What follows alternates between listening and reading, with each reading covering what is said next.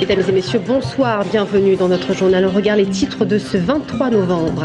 Inquiétude à Ballon-Miré en raison du cadencement mis en place dès le 11 décembre prochain. Une cinquantaine de balanés pour ne plus pouvoir se rendre à Paris pour y travailler. Se laver les mains, un geste banal mais pourtant essentiel pour éviter les maladies nosocomiales. Nous irons à Clocheville pour la semaine de la sécurité des patients en milieu hospitalier.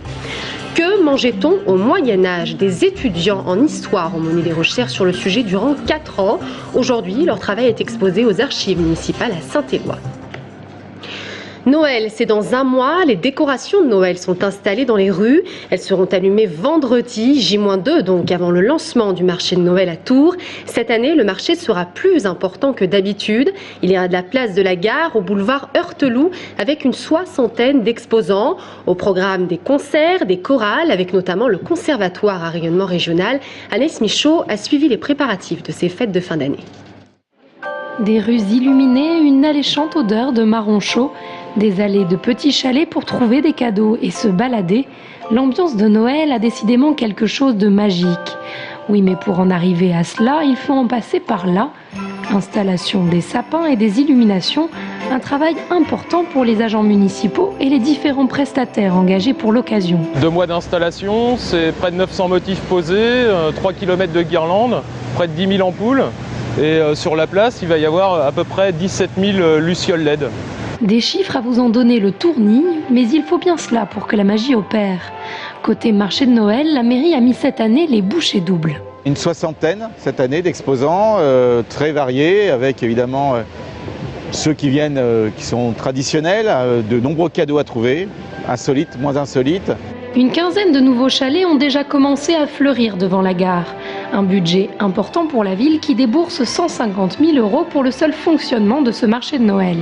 Un investissement en faveur des commerçants qui réalisent pour certains la majeure partie de leur chiffre d'affaires annuel sur cette période. L'Union commerciale et artisanale de Tours a d'ailleurs organisé elle aussi des animations afin d'inciter les Tourangeaux à venir en centre-ville. Cette année, bien malheureusement, nous n'aurons pas le petit train comme d'habitude, puisque travaux oblige, le petit train ne pourra pas circuler dans la rue nationale. Mais bon, on a trouvé notre solution pour que tout soit animé, pour que tous les commerçants puissent bénéficier en même temps de ces animations. Et on va y passer les Mères Noël, les bandards. Voilà. Plus que 2 jours pour terminer tous les préparatifs. Coup d'envoi des réjouissances, vendredi 17h30, place Jean Jaurès. Et puis à cette occasion, les travaux du tramway feront une trêve du 16 décembre au 8 janvier. Le combat des sans-papiers continue. Ce midi, ils étaient réunis à 11h à l'intérieur de la fac des Tanneurs. Depuis un mois, une vingtaine de demandeurs d'asile sont à la rue. Hier soir, 19 ont dormi à la fac. Ils ont été délogés ce matin par un impressionnant dispositif de police, selon le collectif Réseau Éducation Sans Frontières. Des réfugiés qui viennent de Corée du Nord, d'Afrique du Nord et d'Arménie ou encore du Kosovo. Je propose d'écouter Patrick Bourbon, porte-parole de Réseau Éducation Sans Frontières. Nous, ce qu'on souhaite, c'est que les gens puissent être hébergés. Et donc, aujourd'hui, on est ici, demain, on sera ailleurs. Tant qu'il y aura des personnes qui seront laissées à la rue, on n'a pas le choix, on est obligé, nous, en tant que militants et pour des raisons humanistes, de faire en sorte que les gens ne dorment pas à la rue.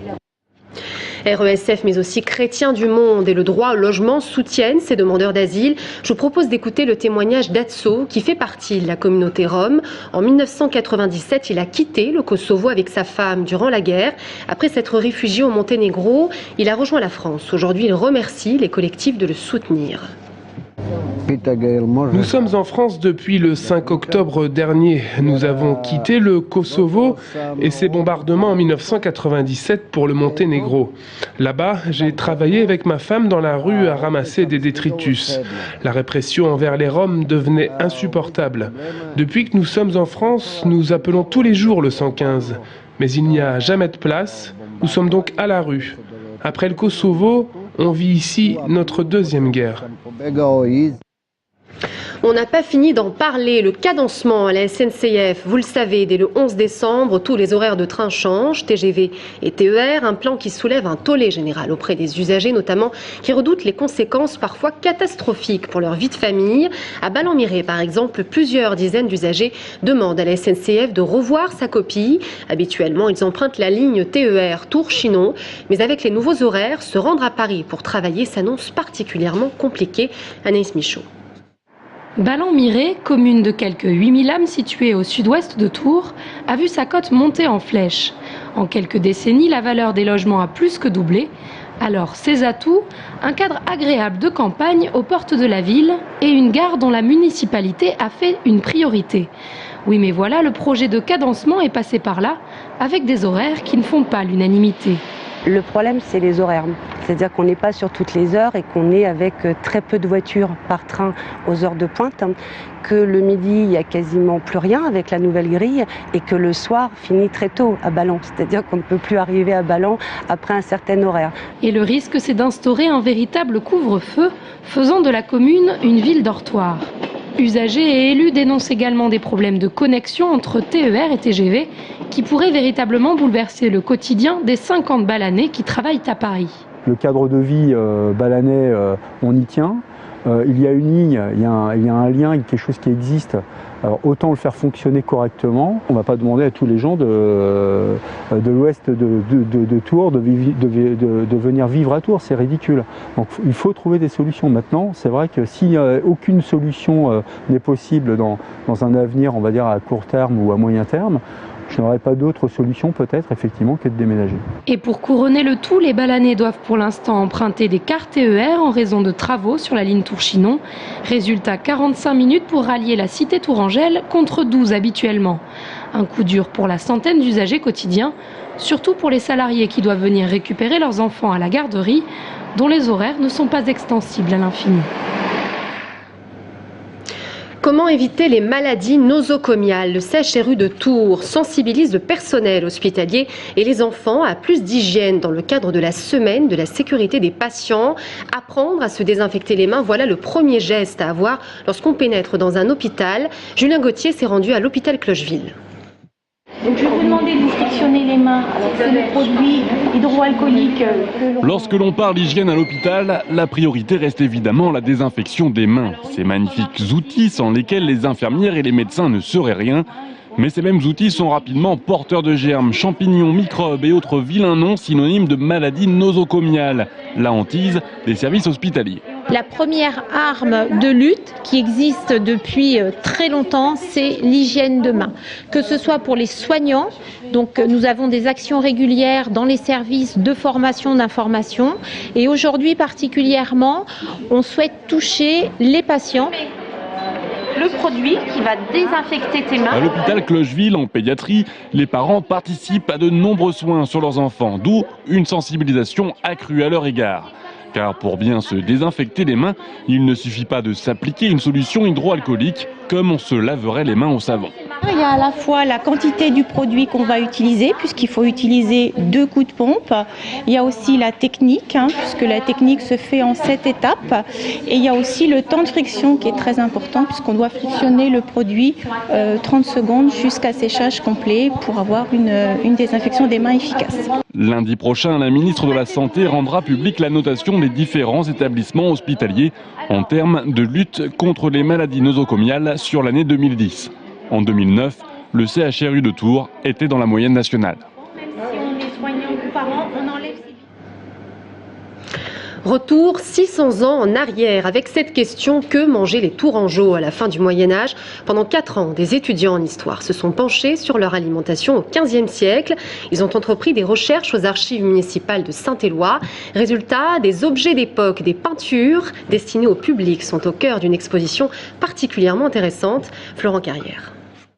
Tours, fin du Moyen-Âge, vers les années 1470-1500. Selon les estimations, 30 à 40 000 personnes vivent sur les bords de Loire, des Tourangeaux qui ont pour base de repas le pain. On mange également beaucoup de viande, mais aussi du poisson, beaucoup plus qu'aujourd'hui, du brochet, du bar, de la lamproie ou de la languille pêchée dans la Loire ou élevés en vivier. Je mange beaucoup de poissons pour une question religieuse, notamment le vendredi, on ne mange pas de viande, il faut manger du poisson, et pendant toutes les fêtes religieuses du carême, pendant tout le carême, on ne mange pas de viande.